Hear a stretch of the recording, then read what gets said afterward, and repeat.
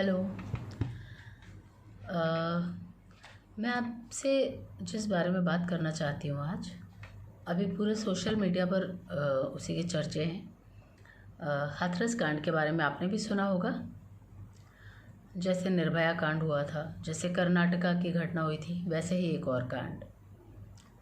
अब ऐसा लग रहा है ये बहुत एक मामूली सी बात हो गई है। किसी भी लड़की को ऐसे ही मारो, काटो, जला दो, बहुत आसान है। हर बार हम वही करते हैं, पिटीशन दायर करते हैं, फेसबुक पर, व्हाट्सएप पर एक मुहिम चला देते हैं विरोध की, सरकार का विरोध करने की। सरकार को बहुत गालियाँ देते हैं, कानून व्यवस्था को बहुत कोसते हैं। यही सब कुछ हम हर बार करते हैं। थोड़े दिनों इसका बहुत हल्ला होता है, ज़िंदगी वापस अपने ढर्रे पर चलने लगती है और हम सब कुछ भूल जाते हैं। ये तो कुछ ऐसी बातें हैं जो मीडिया पर आ रही हैं तो हमें पता चल रही हैं। बहुत कुछ ऐसा है जो हो रहा है और हमें पता नहीं है। तो जब हमने ये देख लिया कि सरकार को कोसने से भी कुछ नहीं हो रहा, कानून व्यवस्था को गालियाँ देने से भी कुछ नहीं हो रहा, तो आपको नहीं लगता कि कोई और नया तरीका हमें अपनाना चाहिए? जो बात इसके मूल में है, हमें वहाँ पर जाना चाहिए, है ना?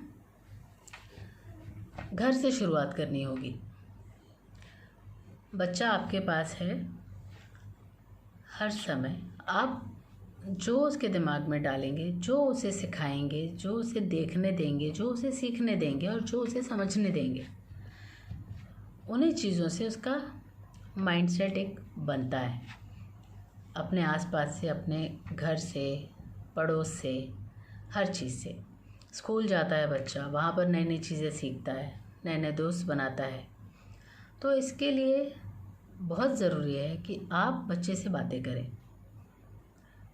अगर आपके पास दिन भर में वक्त नहीं है, आप वर्किंग हैं, दोनों बाहर जाते हैं और घर पर बच्चे के पास कोई नहीं है, तो कोई बात नहीं। आप जब रात में वापस आते हैं ना, तब आप सोने के पहले बच्चे से बातें कीजिए। उसे आप अच्छी चीज़ें सिखाने की कोशिश कीजिए बचपन से ही।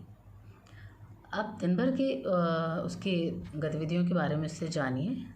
स्कूल में उसे क्या अच्छा लगता है, क्या बुरा लगता है, क्या बात ठीक नहीं लगी, ये सब चीज़ें जानना बहुत ज़रूरी है। आप देखेंगे कि क्या क्या बातें निकल कर के सामने आती हैं। अगर आप पूछेंगे ही नहीं तो वो सब चीज़ें दिमाग में जमा होती जाएंगी। उसमें बहुत सारी गंदगी भी होती है। आप साफ़ नहीं करेंगी तो बड़ा होकर सिर्फ एक कूड़े का ढेर बनेगा जो किसी के काम का नहीं होगा। तो बहुत ज़रूरी है कि आप बराबर बात करते रहें बच्चे से, उसके दिमाग की सफाई करते रहें। आपने बच्चे को जन्म दिया है, आपकी सबसे बड़ी एक जिम्मेदारी है कि आप इस देश को एक अच्छा नागरिक दें और उस बच्चे के अच्छे के लिए ही आप उसे एक अच्छा इंसान बनाएं। बड़ा होकर वो एक अच्छी ज़िंदगी जी सके, किसी तरह की मुसीबत में ना फंसे। बुरे काम करके तो मुसीबत में फंसेगा ही, उसकी अपनी ज़िंदगी ख़राब होगी। उसका दोषी कौन होगा? आप होंगे।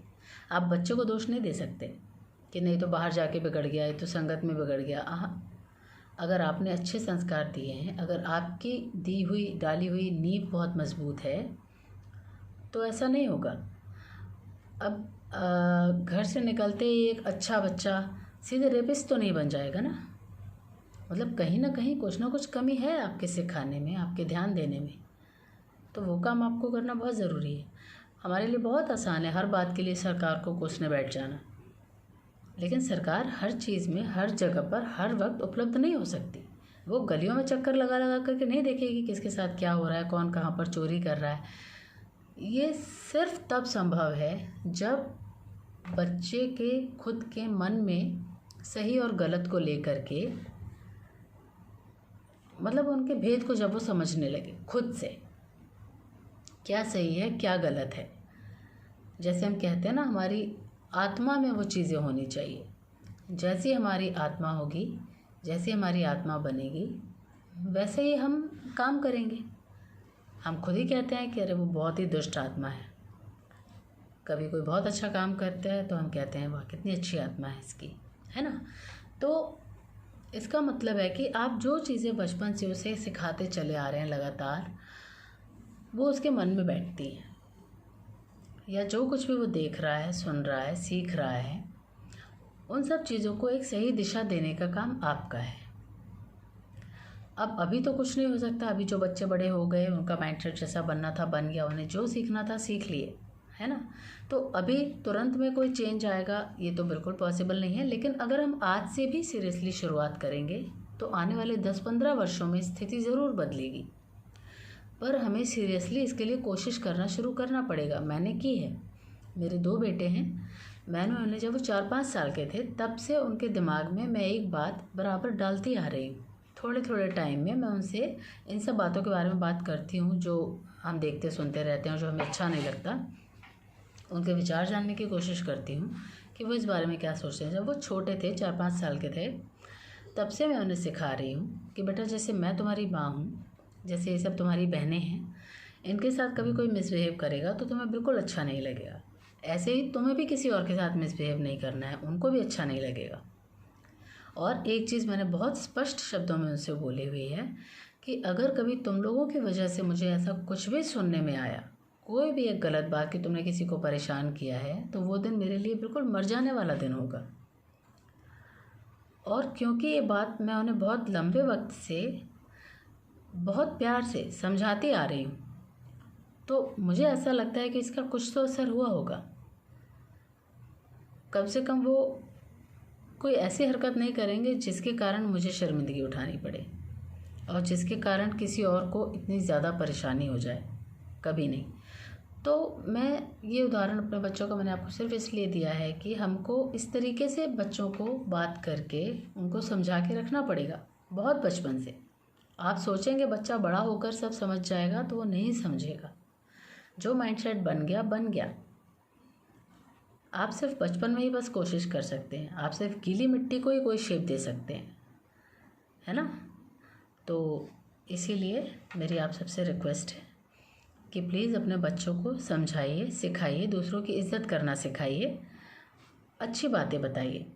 और एक चीज़ और है जो मैं स्कूलों के बारे में ज़रूर कहना चाहूँगी। स्कूलों के करिकुलम में एक सब्जेक्ट को शामिल किया जाना चाहिए, सामाजिक न्याय एवं उत्तरदायित्व का।